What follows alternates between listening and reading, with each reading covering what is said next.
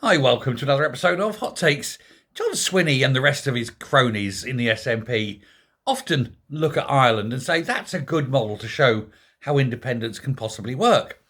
What they're not showing, of course, is that since independence it took 75 years of poverty and austerity to get Ireland where it is today. And it's only where it is today because of its low tax regime for businesses.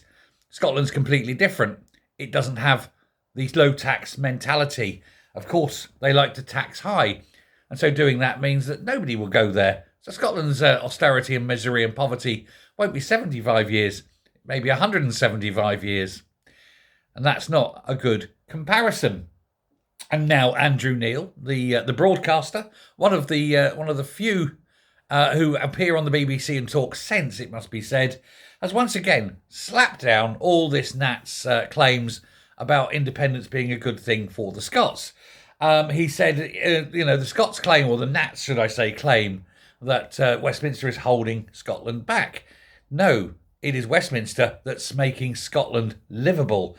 If it wasn't for Westminster, if Scotland was independent, nobody would want to live there because it would be so impoverished.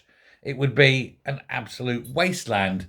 And of course, he's blaming the SNP, saying that this is socialism, controlled economy, too much power held at the top, nobody's allowed to make decisions.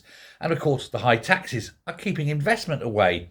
And of course, anyone who goes out and leaves Scotland basically never returns. There's a brain drain and a talent drain, and there's nothing Swinney can do because he can't make Scotland attractive.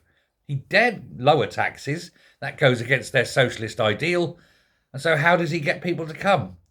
If only Scotland had a massive natural resources that would force people to go there, like oil and gas. But no, they want them closed. That's the end of that.